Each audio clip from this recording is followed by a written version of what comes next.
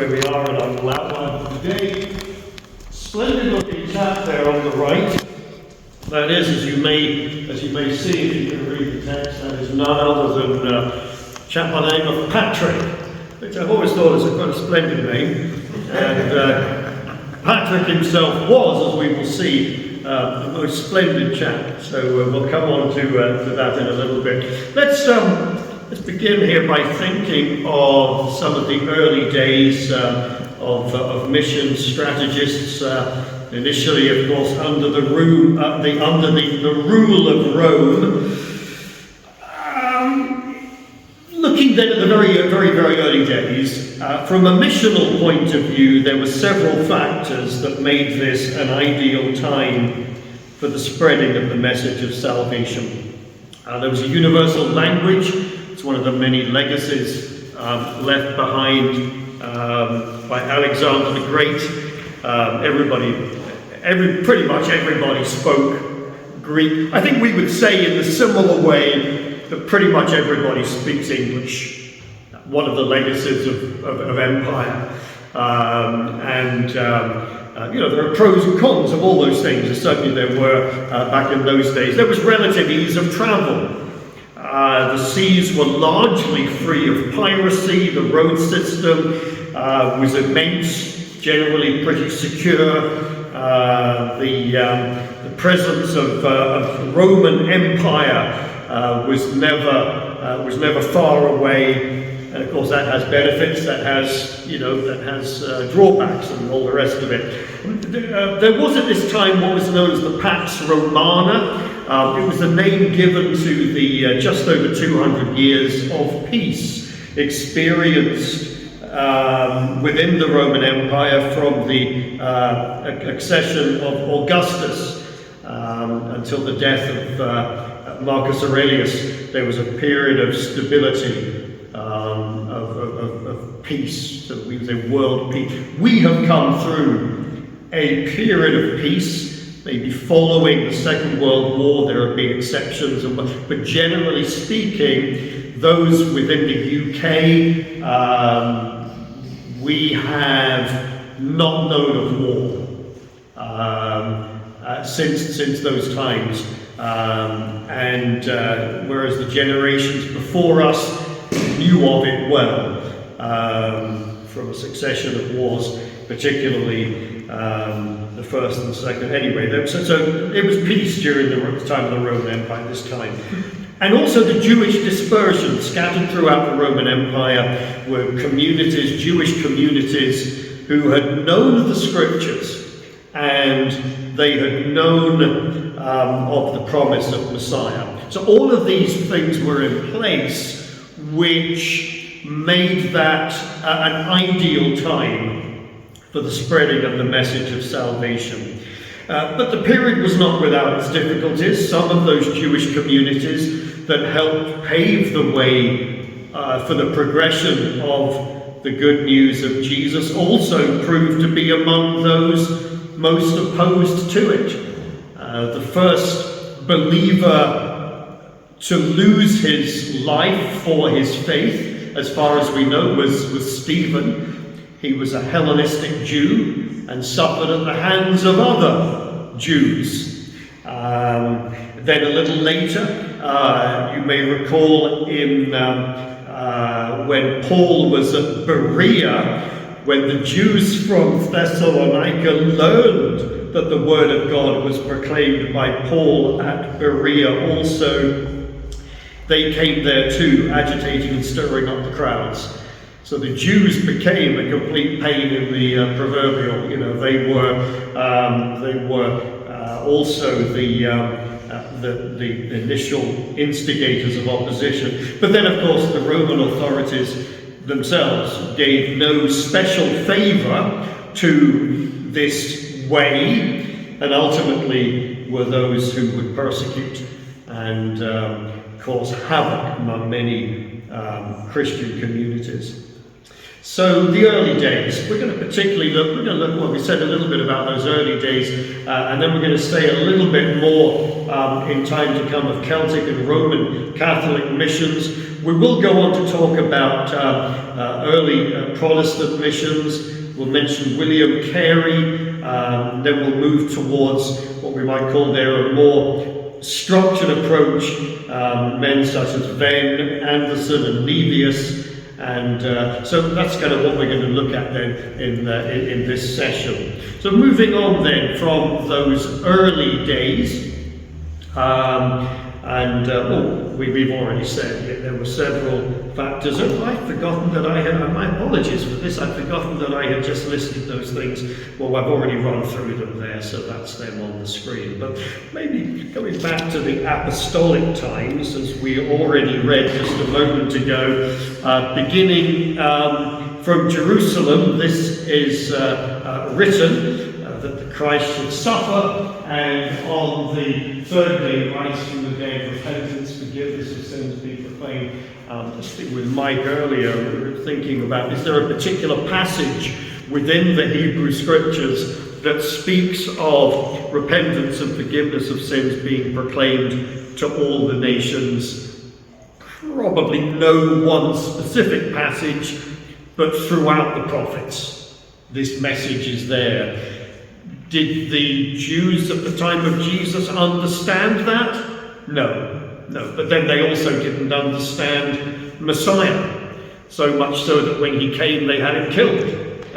And so this just goes to serve that it's easy to know the Scriptures without knowing them, without understanding them. And we're just as susceptible to that problem today, and we shouldn't think we're immune to it. There are things within Scripture that every one of us hasn't yet seen, that we haven't yet, the penny hasn't yet dropped in one place or another or what have you. And that's a marvelous thing, because it means that all of us have got lots more to learn and understand. And that's great, and God wants us to understand, and only with open hearts and minds will we come to that realization. So yes, the prophets do speak of this, and then with the passage that we already read also there from the beginning of Acts, there of the message being taken beyond Jerusalem to the ends of the earth. So initially, the way of Christ was certainly seen either as a Jewish sect or as a movement of reformation within Judaism. In reality, it was the proper, logical extension and fulfillment of all that had been Israel. Only it was altogether new. I remember many years ago when my children were at school, one of them was given an essay to write in their RE class. I think it was my son Aubrey. And the essay,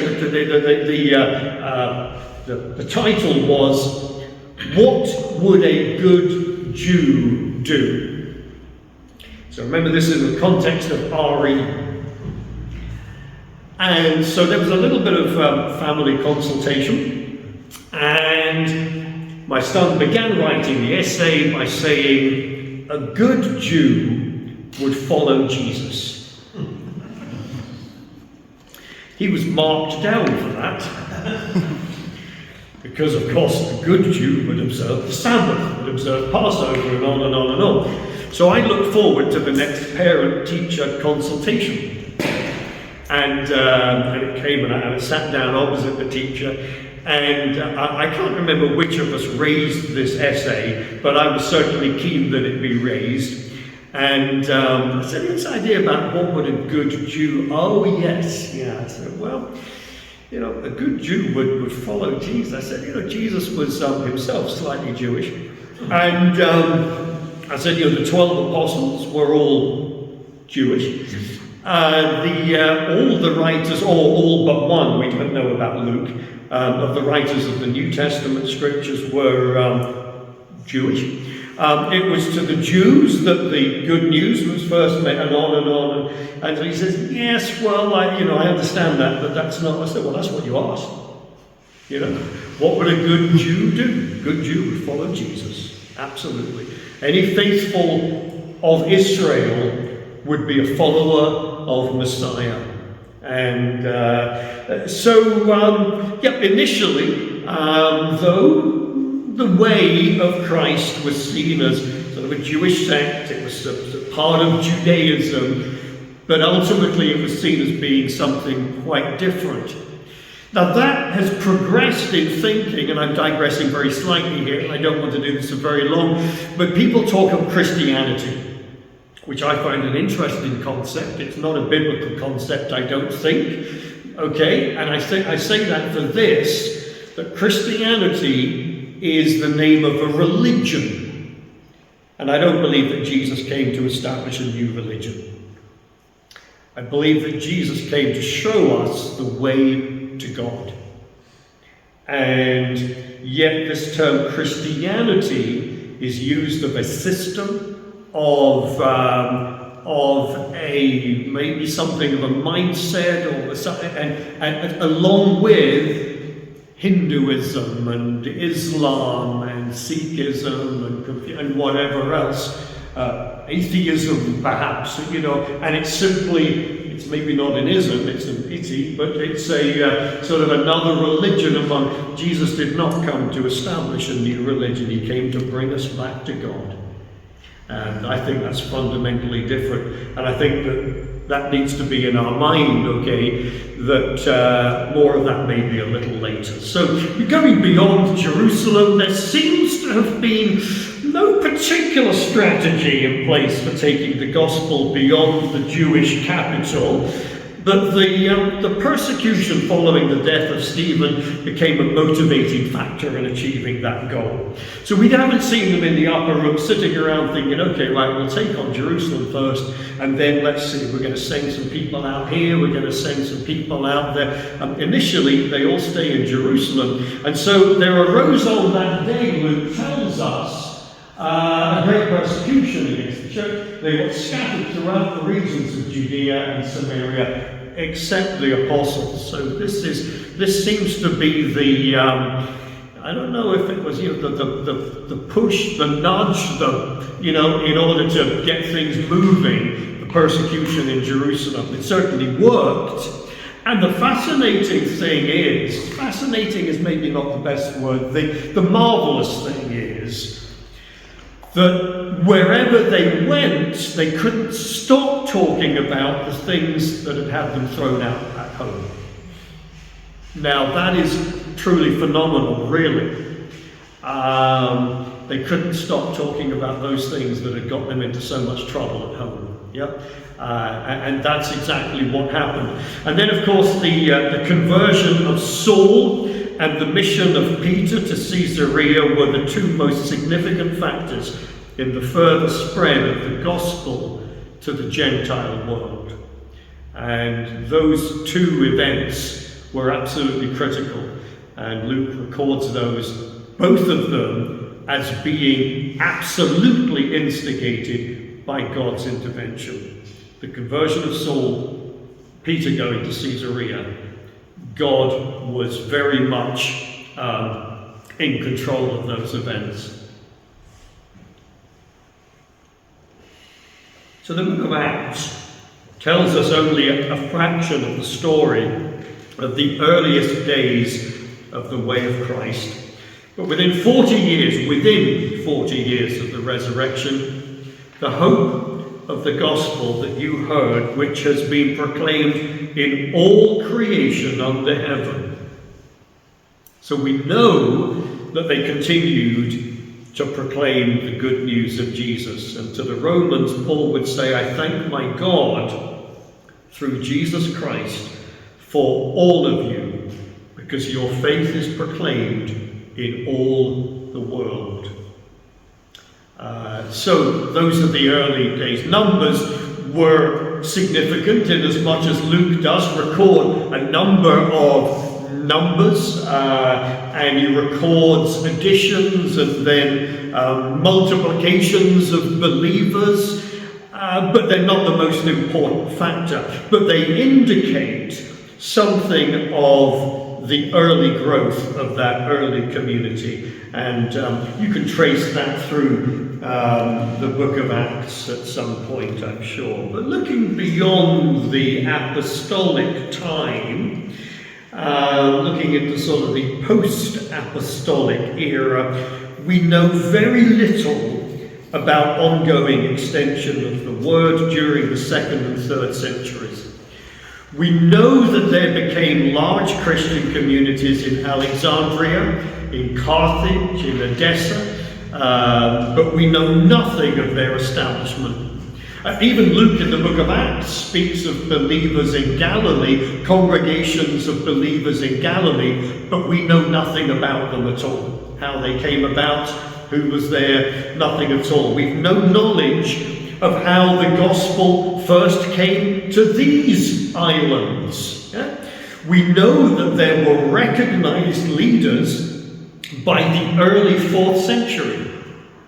By the 5th century, there were only isolated remnants left following the invasion by the Angles and the Saxons.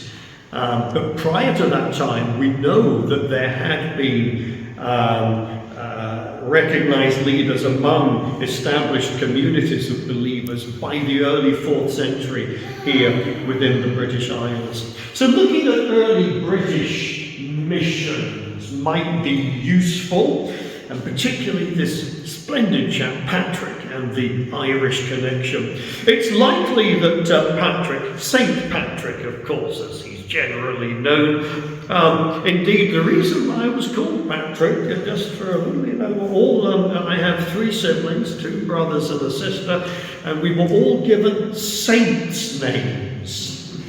Charming. I remember a conversation many years later with my father about the idea, the biblical usage of the word saint, that it was simply the word means a holy person, one who belongs to God. But he didn't care too much about that. He was much more happy with the traditional idea of saint this and saint that. Isn't that true, Saint Michael over here? There we go. Yes. So it's likely that Patrick returned to Ireland after having been enslaved there for 6 years, probably towards the middle of the 5th century, and he became the greatest missionary of his time, his influence continuing long after his death, in part through the monasteries that he established as centres of missionary activity. We maybe think of monasteries more as places where people go to leave the world, whereas the initial, certainly Patrick's monastic ideals were of centres to which people would become rejuvenated, as it were, refreshed, so they could go back out again into the world. So they became a significant missional attribute. Ireland became a centre of both learning and missionary activity during what we often refer to as the Dark Ages. During the 6th and 7th centuries, the missionary endeavours coming out of Ireland were prolific, reaching not only throughout Britain, but also on the continent as far as Germany and Switzerland, northern Italy, establishing monasteries wherever they went. Now, thinking of that era, we need to be thinking not in terms of Roman Catholicism, but in terms of what is often spoken of as the Celtic Church, or Celtic Christianity, if you like. And so, when we think of Celtic mission, of which Patrick was very much a forerunner, are we familiar with a chap by the name of Columba? Not Columbus, Columba, Saint Columba, perhaps, and the monastery on the little island of Iona, just not far from Oban in the west of Scotland. Fascinating place. June and I went there, spent a night there during our honeymoon. Well, in 563, this is middle of the 6th century, Columba travelled from Ireland to Scotland, set up a monastery on Iona.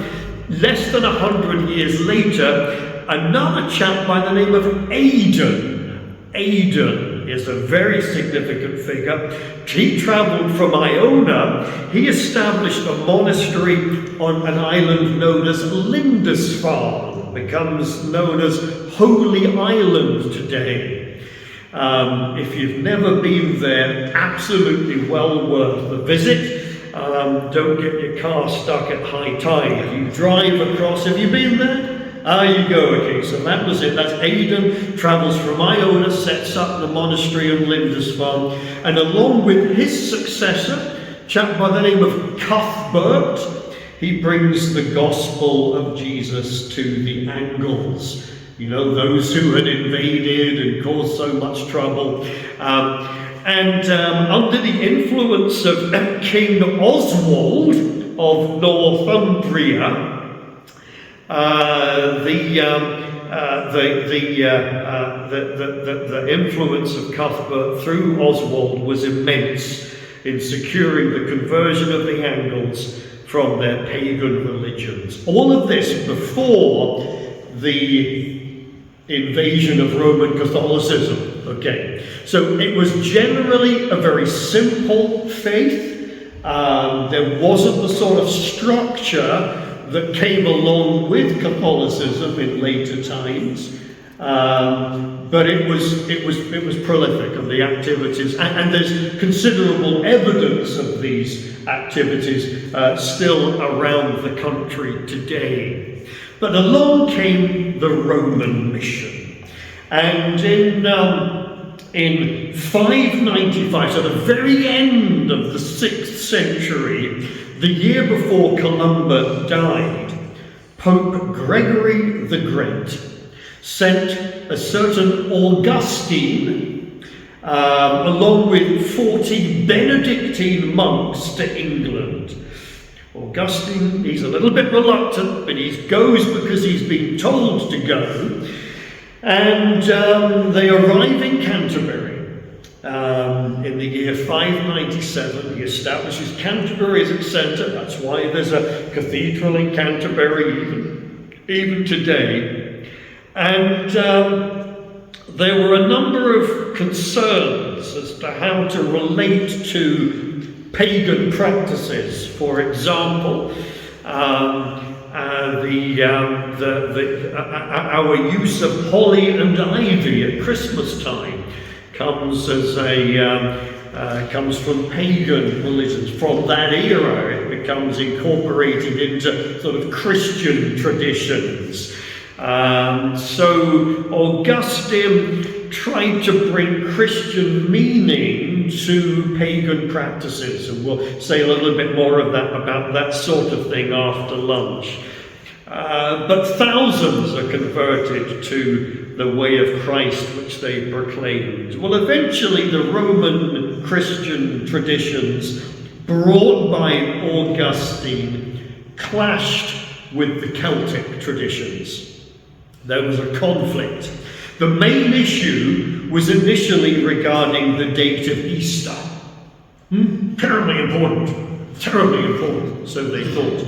But there were likely many other factors involved, not least personal prestige and importance.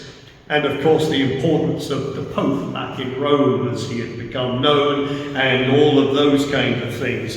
And so in the year 664, an absolutely critical date in the history of these isles, a synod, a meeting was convened in Whitby. And the outcome of this changed the whole course of British history from there on, because there was victory for the Roman leaders, which led to the Roman domination of Christianity, as it had essentially become, not only in Britain but also in much of Europe, to which missionaries were sent from Britain. And that changed all sorts of things when it comes to British history and all the rest of it. Not only ecclesiastical history, but all kinds of things. So from that point, we come into the 7th century. A lot has happened before that, but Roman Catholicism dominates Europe. And that affects us even today. And it probably, in a rather obscure fashion, affects the way that we do things on a Sunday morning, although we might not like to admit that, or we might not even have considered it. But there are still hangovers, as it were, from those eras that affect the way that we think of what we often refer to as church. Even though we've come way past the Protestant Reformation, there are still influences from Catholicism, and maybe some of us it might have been very personal, but in general terms. So with the arrival of the Protestant Reformation, the Roman Catholic Church suffered its greatest losses. But these losses were regained through missionary endeavors elsewhere over the next few centuries. So in Europe, numbers were dropping within the Roman Church. The Roman Church then thought, we need to expand, almost like there was some kind of a business.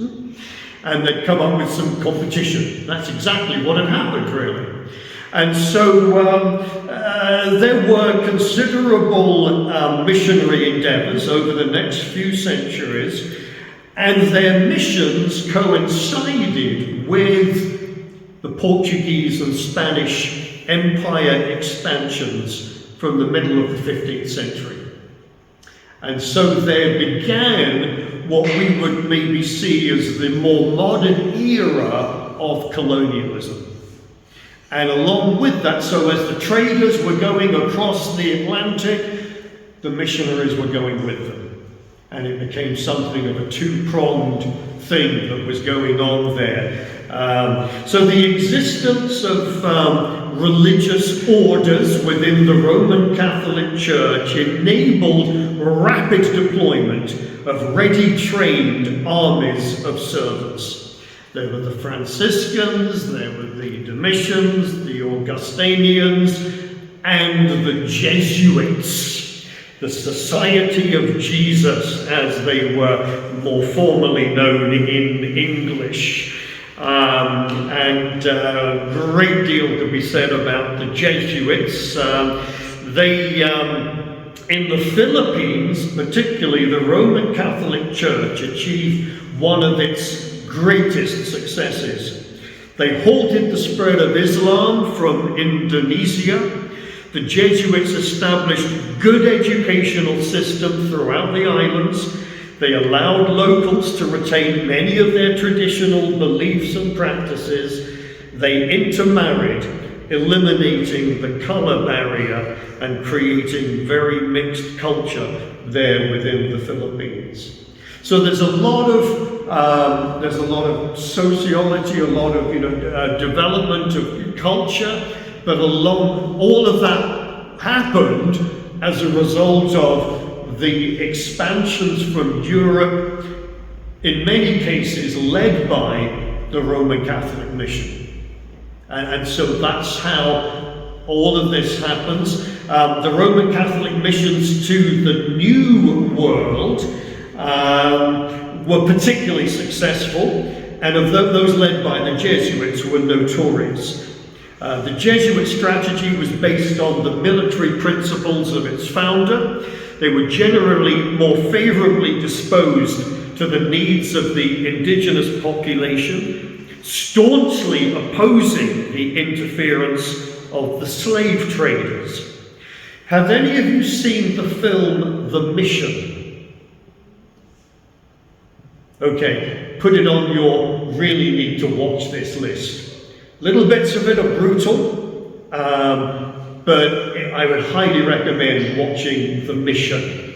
And it depicts that conflict between the Jesuits and the slave traders. And I will say no more of that.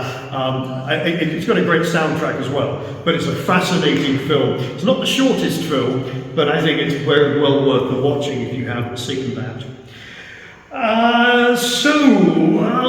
We'll move on from the Jesuits to the early Protestant missions. Just finish this. Done. Okay. So with the where the Roman Catholic missions had been very well organised and efficient for a number of centuries, largely because of the religious orders or the monastic orders, very disciplined, very trained, and they knew just what they were doing. The early attempts of Protestant groups in this field were, in comparison, very sporadic, relatively short-lived. Indeed, the number of pagans converted to Roman Catholicism in the 16th and 17th centuries exceeded the number of its own lost to Protestantism in Europe during the same period. So in this time, the Roman Catholic Church was still growing in number, even though it was losing many of its own to Protestantism, and the Protestant attempts at maybe kind of replicating some of this reaching out was really rather poor. So we might ask, well, why? Why was the Protestant effort so glaringly weak in comparison with the efforts put forward by the Roman Catholic Church? Kane, in his book,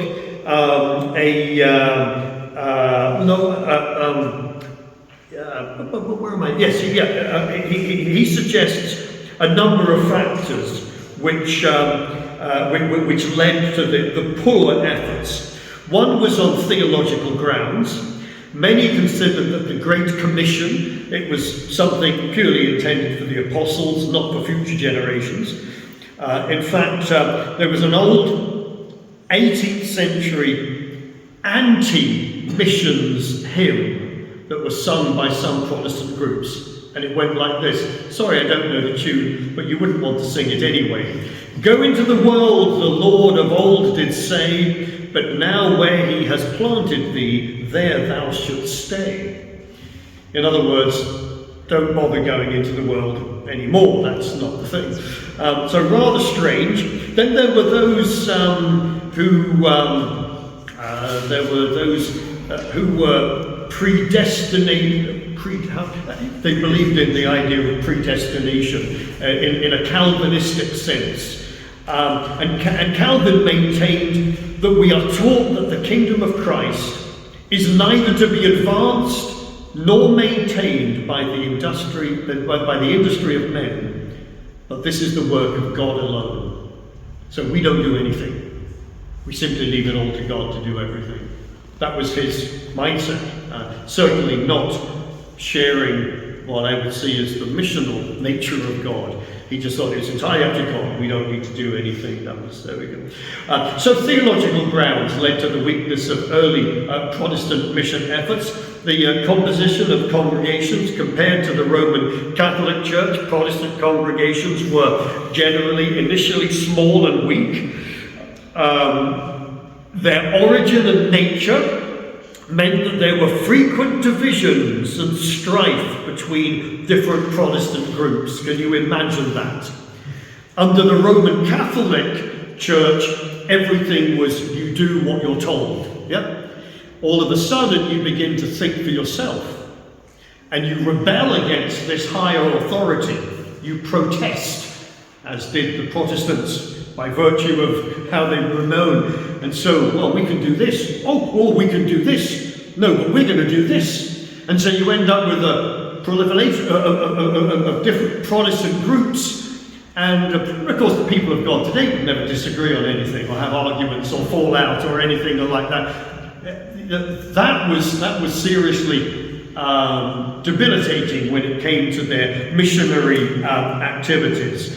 As Neil comments in his book on the history of Christian missions, Protestants everywhere wasted their strength with honourable but blind and reckless zeal in endless divisions and controversies. Sound familiar? Okay. Then, of course, there was geographic isolation. The first great explorers were from Portugal and Spain, Catholic countries. That's where the first explorers went out from. They were just as keen on promoting their brand of Christianity, Roman Catholicism, as they were in promoting commerce. Protestant nations were initially concerned more with commerce and not colonization. They simply were there to trade and what have you, and in all kinds of different ways. So where Roman Catholicism was something of a global brand, Protestant churches were either independent or generally limited to specific regions. So there wasn't much missionary endeavor. And of course, the absence of religious orders. There weren't those that were ready to go. Now, if time permitted, and time doesn't permit, we would say something about the early Dutch efforts. We would talk about work among the American Indians. You may or may not be familiar with John Eliot, who I believe was the first to translate the Bible into Mohican. Terribly useful if you are one. And the German Pietist movement we could discuss. We could talk about the Danish Hal mission. And I really, well, we'll say something about the Danish Hal mission. Sometime after the establishment of a Danish colony on India's eastern coast, this is back in 1620, there were attempts made to reach the local indigenous population. There were no one in Denmark was willing to go. So Hal, or Halle, he found two essentially German non-Roman Catholic missionaries who were willing to go. There was little to guide them in their enterprise. He says what they knew of Roman Catholic missions was, from their point of view, more likely to serve as a warning than an inspiration. So they undertook these 5 principles. These are the 5 principles of what became perhaps the first successful Protestant missionary endeavor. And these were those that the church and school were to go together. That certainly probably was learned from the Catholic idea of educating, providing education. We might see some of that in our own experience. Tony, you've experienced some of that in India. Idea of educating, teaching. I've seen some of that in Malawi, and I know in Ghana there have been, and so different ideas. Christians must be able to read the Word of God, so we teach them. There'd be much more recent endeavours of teaching people English, even in this land, and then doing so through the Scriptures. That idea of encouraging reading of Scriptures.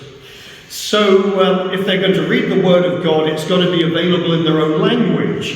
So it was missionary endeavours, not Roman Catholic missionary endeavours, but Protestant missionary endeavours that led to the proliferation of translations into other languages. The preaching of the gospel must be based on accurate knowledge of the mind of the people. The aim must be definitive and personal conversion, and early a date as possible. In this case, the Indian church, with its own Indian ministry, must come into being. And that becomes a principle that was going to be terribly important in time to come. If we had more time, we would say something about Moravian missions. We do not, but we must mention, well, let me just throw this up, and then also something we could say about the evangelical awakening that takes place at home. We're familiar perhaps with John Wesley as a character, George Whitefield, and then at the same time there was a chap by the name of Jonathan Edwards in America.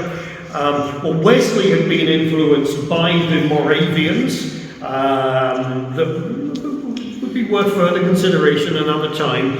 And he, along with Whitfield and others, of course, were involved in what was an evangelical awakening within these shores.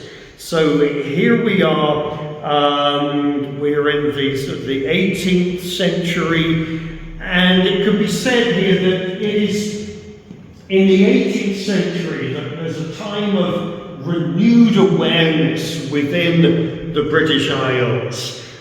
Small and tentative beginnings, but it's the 19th century that was destined to be the great century for the Christian world. And it's in the 19th century, that is the 1800s, where we find prolific missionary activity going out into all the world. And a key character in all of this was a chap by the name of William Carey, who was the cobbler's apprentice.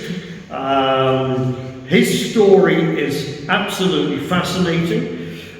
He's generally considered as the father of modern missions, and the significance of Carey was such that he recognized the need of personal self-sacrifice and some kind of organization in order to achieve the aims of establishing not colonial outposts but indigenous groups of believers wherever he might work. And his work was predominantly in India.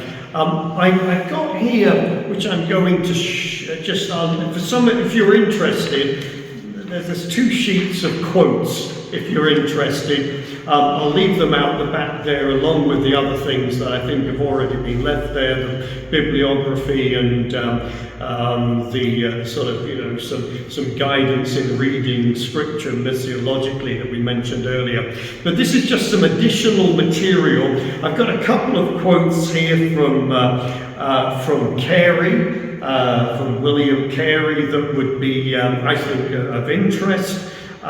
He publishes at the very end of the 18th century a work called An Inquiry into the Obligations of Christians to Use Means for the Conversions of the Heathens. It's a rather long title, but it's probably the most convincing missionary appeal ever written. And I've got some quotes from there on those sheets if you would like them. We could say much of William Carey, but we won't. The time does not permit, but there is much that could be said. But his work essentially led towards a more structured approach. And so we might ask very simply, kind of summing this up and moving on to look at 2 key characters that I want to mention, 3 key characters I want to mention in a moment. We might ask, what made this the right time for bringing the gospel to all the nations? Here at the 18th and particularly into the 19th centuries. What made this the right time for bringing the gospel? Well, there was the English and Dutch maritime dominance and colonization leading to the formation of what were known as the East India Companies. There was the invention of the steamboat, allowing for quicker and safer travel. There was a religious revival in the shape of the Pietist movement in Germany, the evangelical awakening in Britain, and also in the United States of America.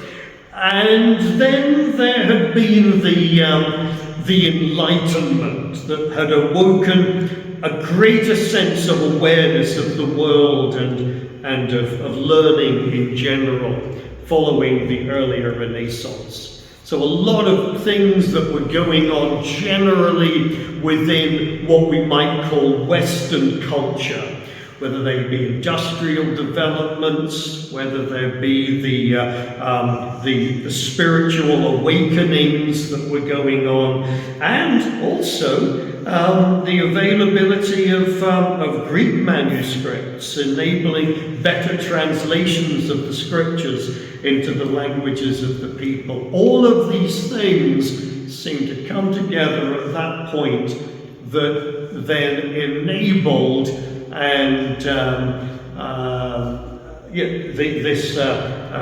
this expansion from the Western world with the way of Christ. And at the center of all of this were two key strategists. One by the name of Henry Venn, another by the name of Rufus Anderson. And so let's say a little bit about these, and their works are extensive. So, Venn, Henry Venn, born February, and there's a reason why I'm giving you these specific dates here, but he was born on the 10th of February, 1796 at Clapham. His mother died when he was 7, father died when he was 17, graduated in 1818 from Cambridge, became the secretary of what's known as the CMS, the Church Missionary Society, which you may, or then again, may not have heard of. That's by the by. He was very practical, he was a visionary, he viewed the colonial period as being temporary, and was persuaded that only the indigenous churches would survive, those that had roots within the local community. More of that in just a little bit. But the most, he was the most influential British missionary theorist of the 19th century. Incidentally, the name Venn might be familiar with some mathematicians. Venn diagram. Ah, there we go. So, Henry Venn's father was a chap by the name of John Venn. He was a member of what was known as the Clapham sect. If you're familiar with the evangelical awakening, you might have heard of the Clapham sect. And then John Venn's son, who was also called John, he was a mathematician, and he's the chap who invented the Venn diagram. So there is a family connection here with Henry Venn, the great missional theorist. He had a single-minded pursuit. Yates tells us in his book all about Venn and his influences. So he had a single-minded pursuit, even to a fault of a policy of indigenization, the bringing to birth of native churches rooted in the life of the peoples of West Africa and elsewhere. So if we're familiar at all with particularly British missionary endeavors to West Africa, Venn was behind it. His strategy, he was behind this. Had no time for the colonization, very much for indigenous developments. We'll see that more in a minute. And then Rufus Anderson. I want to share the same. What's fascinating about these two characters, Rufus Anderson is an American. It was an American, but he was also born in 1796. His mother also died when he was 7.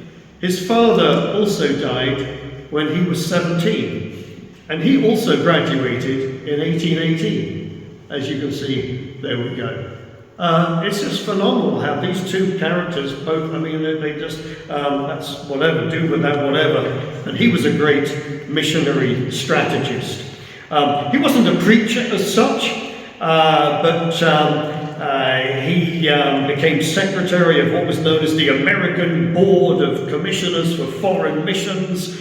and he is considered the great strategist of American missions.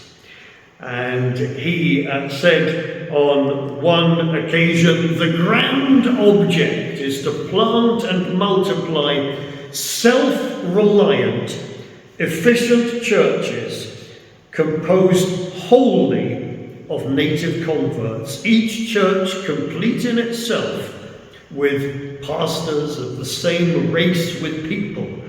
And he would speak of the missionary society as the scaffolding, the indigenous church as the building. And of course, once the building is in place, the scaffolding is taken away. And all of this leads to what I think is an immensely significant issue that I think affects us today, and historically has affected us as a people, as we know ourselves, if you like, over the last 60 plus years. And this is the three self principle, which simply stated is that congregations should be self-governing, that is, they should be led by locals. And this, of course, is in stark contrast with the central governments of Roman Catholic missions. Okay? The congregation should be self-supporting, as far as possible, free from foreign funding and outside financial control.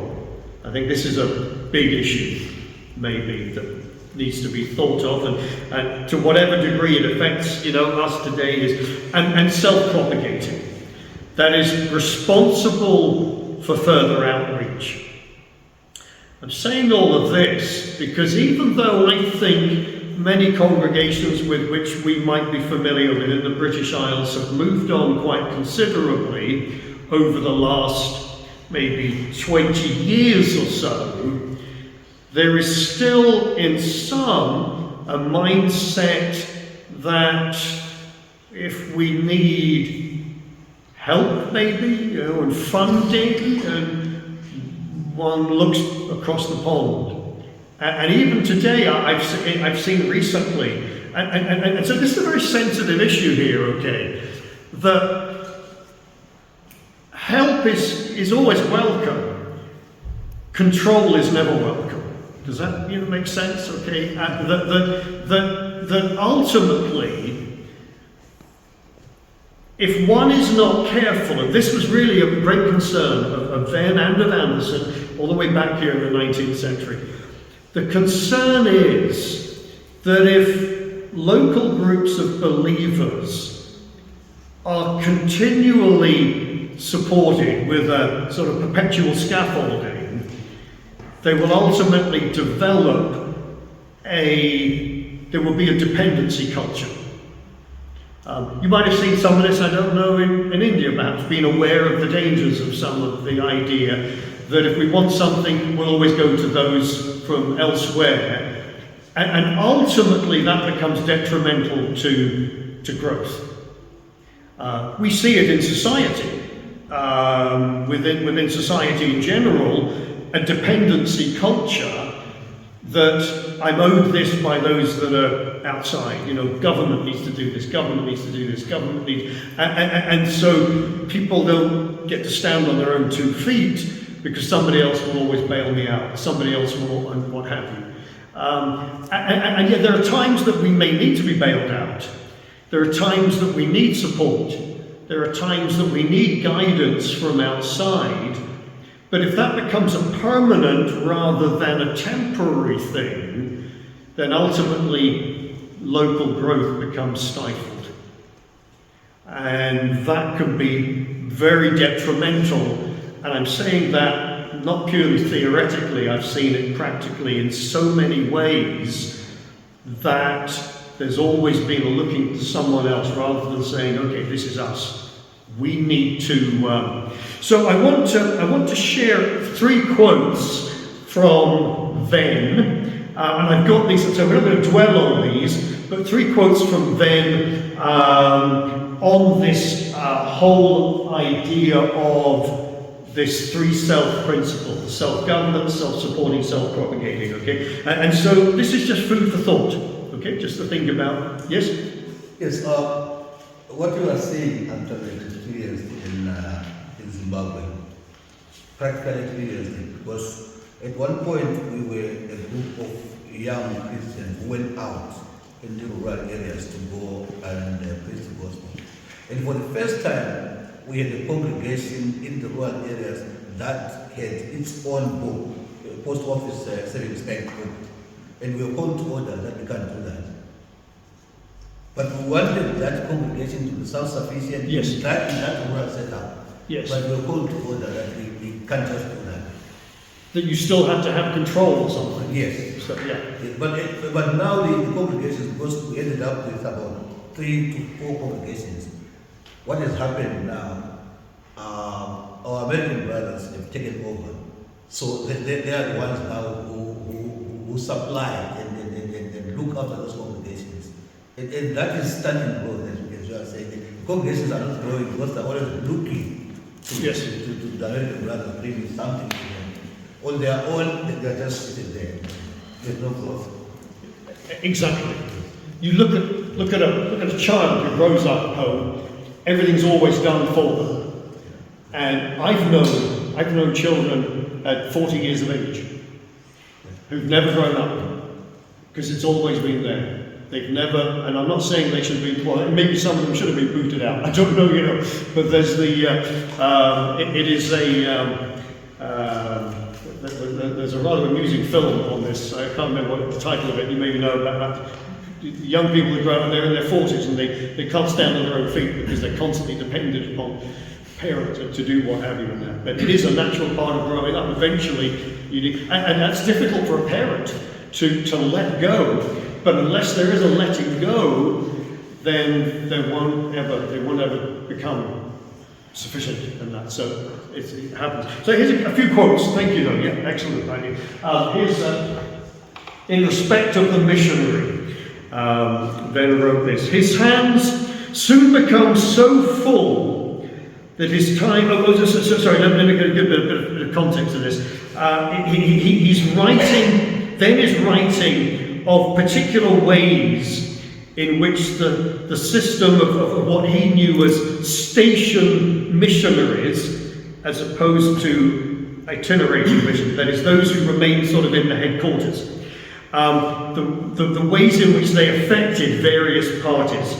And so this is sort of the kind of negative side of it. So some of this will maybe relate to that. We'll maybe be able to relate to some of this and that. In respect of the missionary, his hands soon become so full that his time and energy are wholly occupied by the converts, and he extends his personal labours to the heathen in a continually decreasing ratio.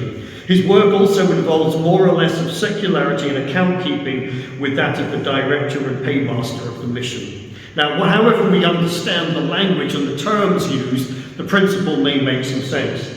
I know, and you know, I'm sure, of preachers, evangelists who have worked among congregations, maybe helped to establish a congregation, maybe helped to revive a congregation, have continued within that work, and ultimately all of their time is spent with the congregation and no longer with the heathen, the pagans, those that were beyond, okay?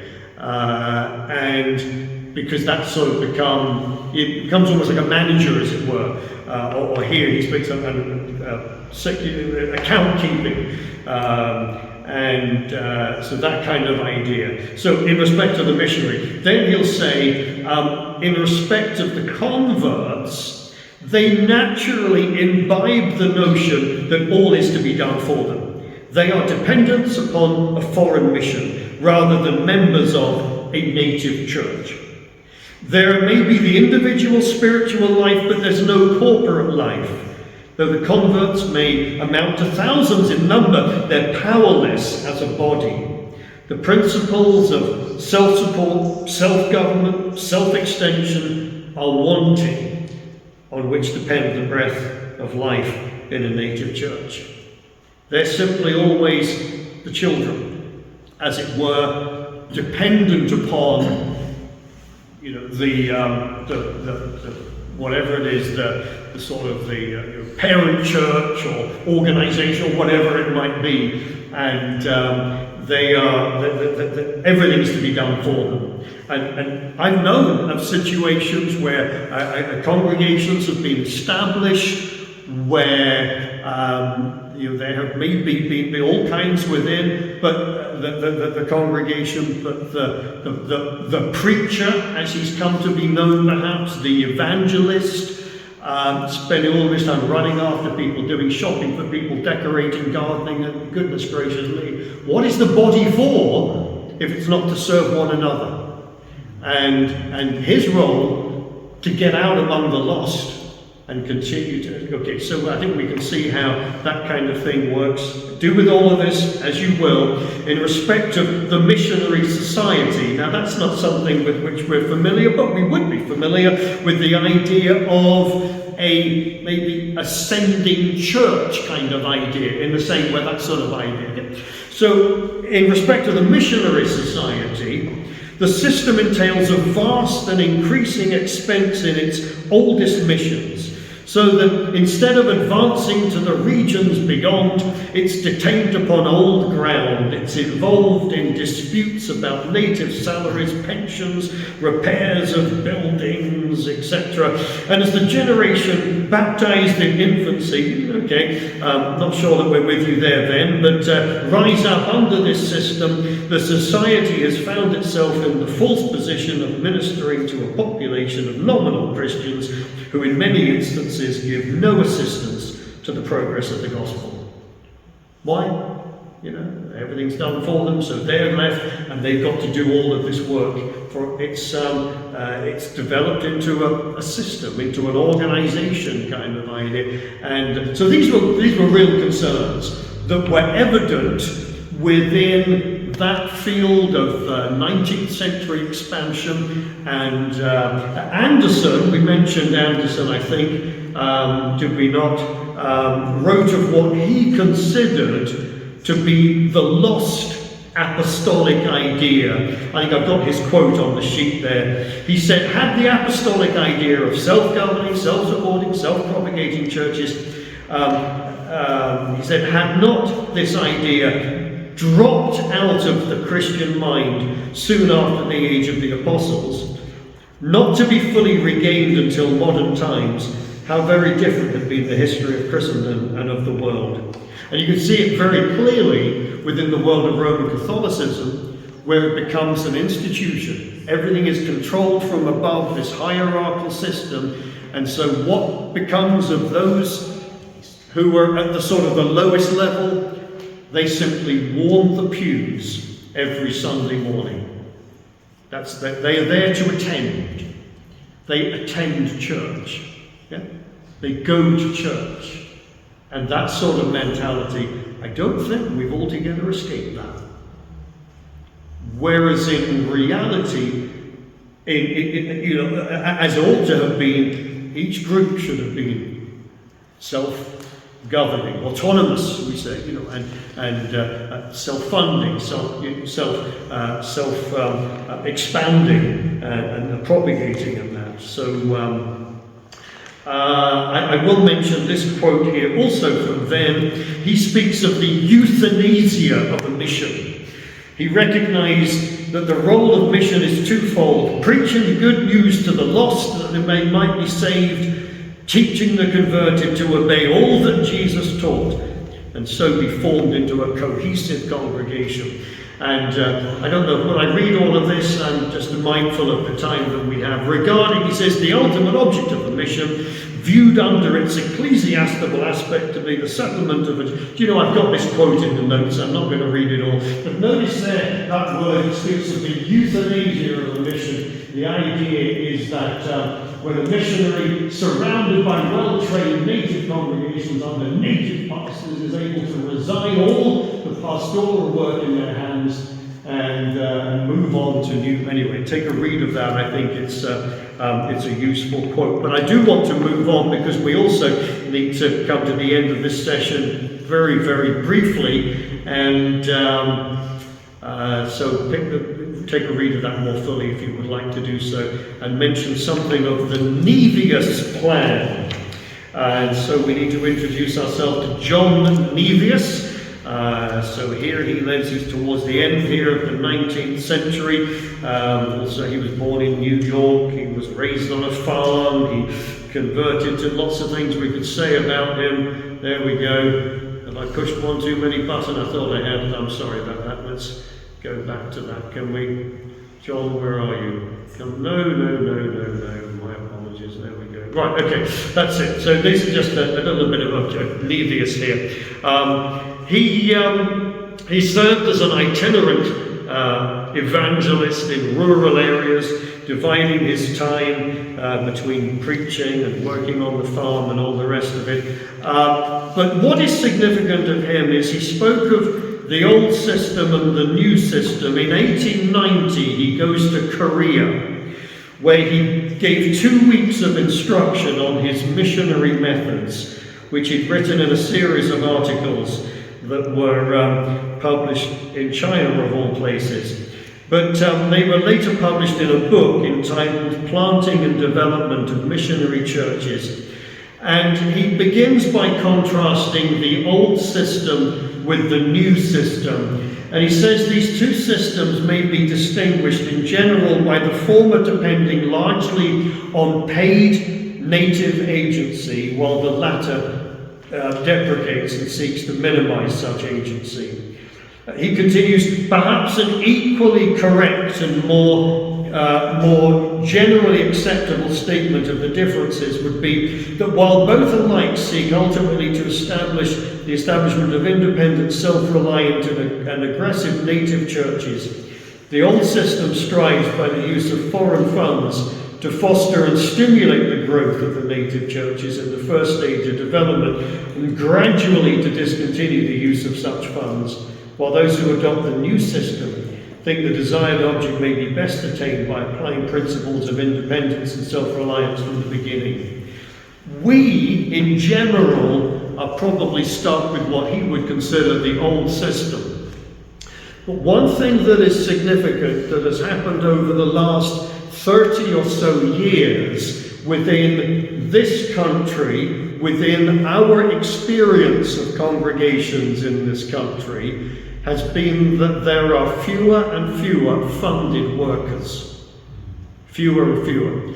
If you go back, we think back 30 years, we could list probably a good number. Among them, of course, would be the likes of Frank and Albert and Joe Nesby. They were Frank Morgan, Albert Winstanley. I think we know some of these names, I'm sure, and many, many others. Now, and I don't know this for sure, Mike, you may know, within the whole of the British Isles, there's certainly no more than 2 dozen who are funded workers. Is there a dozen? I don't know. I mean, there's very, very few. Now, one way of looking at this is, this is terrible, what can we do about it? The other way of looking at this is thinking, well, what a jolly good thing, it's about time, because we need to stand on our own 2 feet. And until we do, and that doesn't mean that there's no place ever for funded workers. I'm standing here as evidence. I think there is. I couldn't do a fraction of what I do if it wasn't that I receive funding. An increasing amount does come from within the UK. Okay, but really we have an opportunity, but it's an opportunity to which we must rise up, and that is we've got to take a hold of this. We've got to take responsibility ourselves within the UK as a whole, and certainly within individual this is for you, Liverpool this is your patch, as it were. This is or wherever you might be, just up road and all that, okay. That, yes, there might be others who may come and help us from time to time, and all of that is very well and good. We see that happening within the pages of the New Testament, of course, yeah. But by and large, local assemblies need to rise to the challenges that we're faced, and not, as so often has been the case in the past, looking for somebody else to do the work for us, or at least, to guide is fine, to assist, to help, to steer, all of that is fine, but we need to do the work ourselves and all of that. And I think we're learning that within the UK, and I don't think it's been altogether painless. But it's a lesson that we've needed to learn, and I'm thankful that I think we're coming to understand that better. So I need to, we're going to wrap up this section here with just a couple of quotes here. Paul, based upon, the basis of what Nevius wrote, and he was, I think, a very intelligible thinker. The basis of his position is found in 1 Corinthians chapter 7. However that may be, Paul wrote, "Let each of you lead the life that the Lord has assigned, to which God has called you. This is my rule in all the churches." He goes on to say, "Let each of you remain in the condition in which you were called. In whatever condition you were called, brothers and sisters, there remain with God." Now, Paul is not writing this specifically to think of missional practices or what have you. But here's the thing: whether we be a teacher, a doctor, a nurse, a dentist, a builder, a mechanic, just whatever we might be, we are able to serve God in those positions, and we are able to live out the mission of God in whatever. Indeed, one of the problems I think has been if we depend upon outside sources for reaching out into our own communities.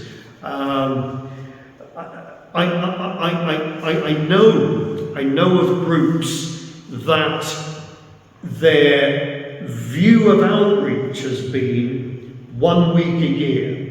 We'll bring people in, we'll put leaflets through all the doors, and it's kind of like we've done our outreach. And I think that's tragic. I think it is, well, worse than that, but there we go. So, and that's what he based his plan upon, this Nevius plan. And have I got some? I'm not going to go through all of this, but this essentially, I'll leave this up here and then we'll move on. This essentially was his plan. Then probably concentrated more on self-government. Anderson more concerned with self-propagation. Nevius emphasized the self-supporting aspect of the principle, which he believed was the key to the other two. And so there's the Nevius plan there, in essence, a summation of it. And I want to just conclude this session here with a Venn diagram of the self-governing, self-propagating, self-supporting. All of these things come together and have been really essential in developing healthy local communities of believers. That was a very poor, very rushed survey of missional endeavors. So forgive me for it being so. I hope maybe it's given some food for thought. Maybe it's sort of made us aware of some things and a little bit of how we've come to where we are today, and maybe the way that we might look at ourselves, maybe even a little differently. So, any thoughts, comments, questions, observations from what we've just looked at? Fumi, good morning to you. I don't think I've seen, and yes.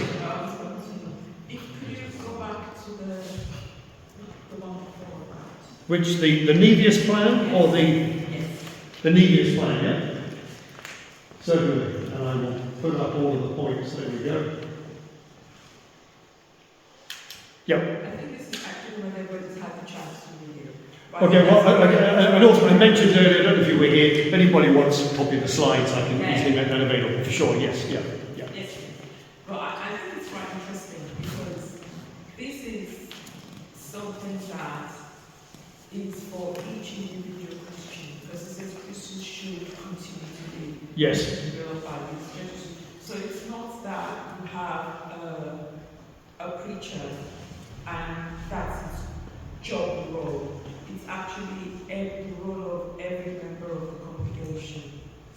So really, when you, I'm not quite sure.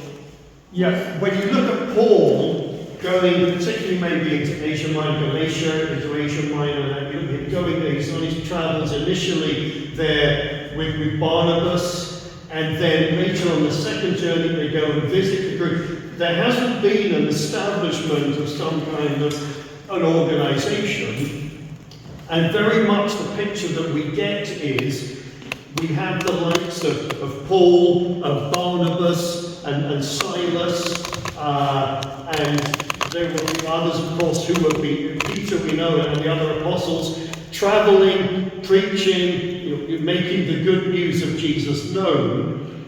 As a result of that, God creates these communities of believers, and it's right, you get on with it. Now, the kind of control mentality that evolved within what became the Roman Catholic Church was such that, well, we need to make sure that everybody's doing the right thing all the time. And so they developed those structures. We don't see that anywhere at all in the New Testament, nor do we see any intent of that idea. But I think it is human nature that we want to, or for some, we want to control. We want to manage. We want to make sure that everything continues in exactly the way that we think it ought to. So how are we going to do that? We're going to set all this structure in place. So even though we've got we've got Venn in Britain, we've got Anderson there in America. They're strategists. They're looking at some of the fallacies that have come out of more sort of colonial missional mindsets of going to places and establishing organizational structures, as it were, almost falling back into the traps of of Roman Catholicism. I mean, I know from the small amount of time that I've spent in Malawi that they're seeing all of these different groups, the Presbyterians, Methodists, and others. Well, what's that all about? It's all about those who went to bring the message did so but with a particular slant, with a particular, and so they become part of that whole structure. None of that is biblical at all. In the same way that our general view of what we might call denominationalism, none of that is biblical. That we are part of with the body of Christ, and as such we are organic. We're not an organization, we are an organism. We are a body, and within each location that body's going to look different. Fundamentally, we hold to the truths that are of Christ, but the way in which actual structure, I mean, there are some principles that are clearly laid down within Scripture, but there's not the sense of uniformity. There is unity, but not necessarily uniformity in that sense. And the desire for that comes out of this desire to control, to manage, and all of those kind of things. We don't see that in the New Testament. Paul then will appoint leaders. Paul writes to Timothy to appoint leaders, not to appoint them and then rule over them and control them, but these are spiritual men who are going to lead the assemblies according to the teachings and the principles that are laid down within the writings and that. Yes, sir.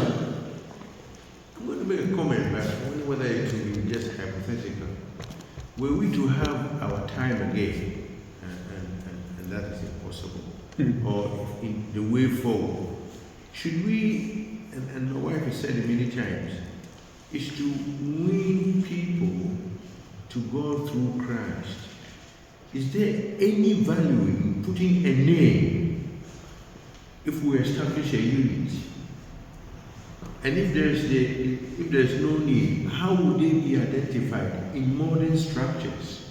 Say, for example, I come to Liverpool and get a group of people who become Christians. How do we move on? If I'm supposed to identify the group, what I know people have said simply Christians and all that. Can you foresee the difficulty in because I know you're going to talk about for the mission for today, that was contemporary. If we adopt that attitude and try to extricate ourselves from all these legs, Methodism, Presbyterianism, Calvinism, Lutheranism, and just present the gospel, we are Christians. Subsequently, digress a little bit.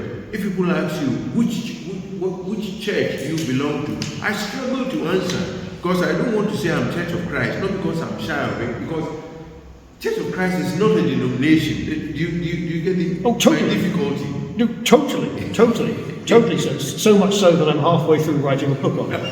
No, very. Shall I wait for your answer? Well, yes. So I think this, and we will address this in part a little later. Okay, I think it's a very significant. Let me just I'll share it with you in case I forget to do so later. An incident that happened many years ago. I was within a group. We were talking about appealing to others. And there were some within the group that thought everything had to be Church of Christ, Church of Christ, Church of Christ, okay? I think if we had our own building, we didn't, but I think if we had have done and had our own lavatories, they would have wanted it stamped on the toilet paper. I'm being a little facetious, but you understand, okay? That was the kind of the mindset. And so at some point, I suggested, we were thinking about putting a sign outside. And I suggested, well, maybe we should say Christian worship.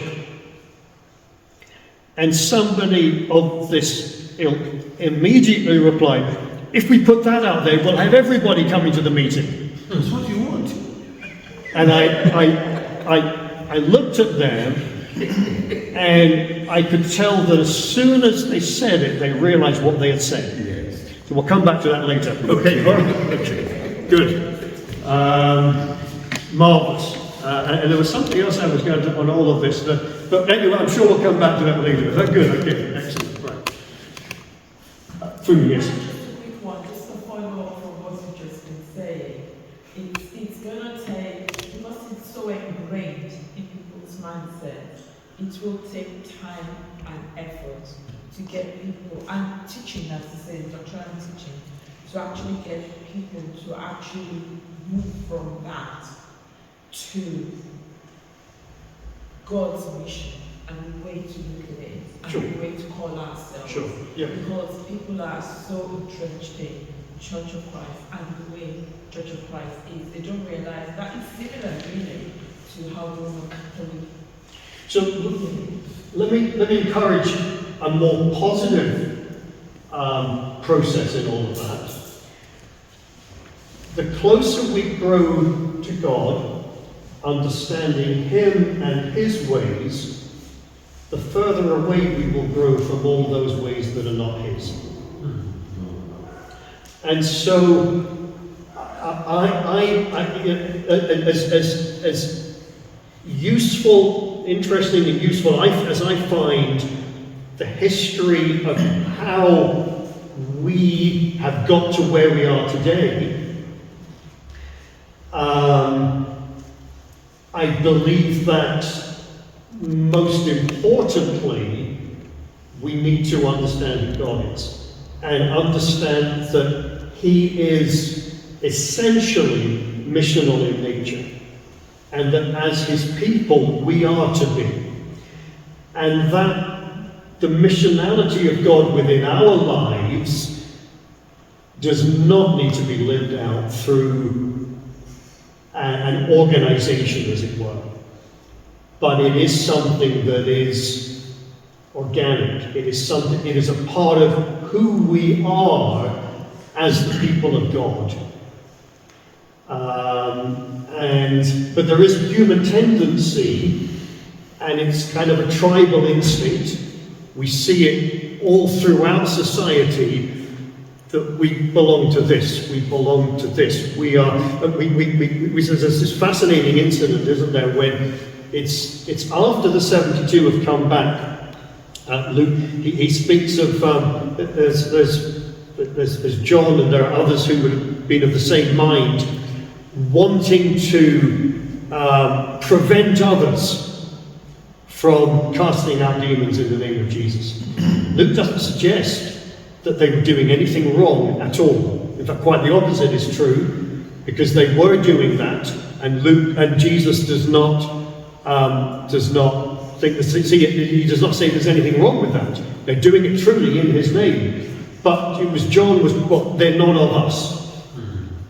It is that tribal instinct, that mentality that, well, they're none of us, so they can't be right, because we're, and in time, that it happened within Israel, very much so.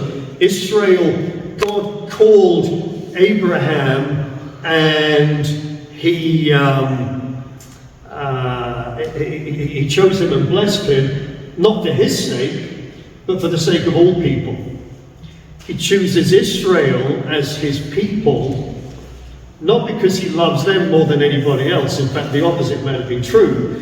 But he chooses them and blesses them so that through them he might bless all the nations. And so we see that part of the story really coming to fruition following the sending of his son. And so what we see in Acts really is a continuation of all that's gone on before. God is at work among his people. Now he is really, he's making himself known globally in a way that had never really been possible for all kinds of reasons through the nation of Israel themselves, who were to be this living demonstration of the presence of God in the world. He sends his son into the world, and his son sends the Spirit of God, sends us out into the world. We then become all that Israel was ever meant to be. Jesus himself, when he speaks of himself as the true vine, we maybe mentioned this last time we were together, and then I know we need to lunch, that he was everything Israel was ever meant to be. You want to go at one, and you're asking a question.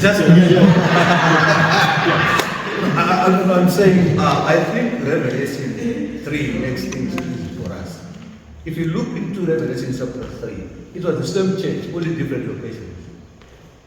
So I think it's only that way I traced what we have been taught or what we have brought into. But if you go to Revelation, it was the church in Philadelphia, the church in Laodicea, it's the same church, different locations. Each of them there. So yes, they all have their own characteristics, their own, and anyway. So thank you.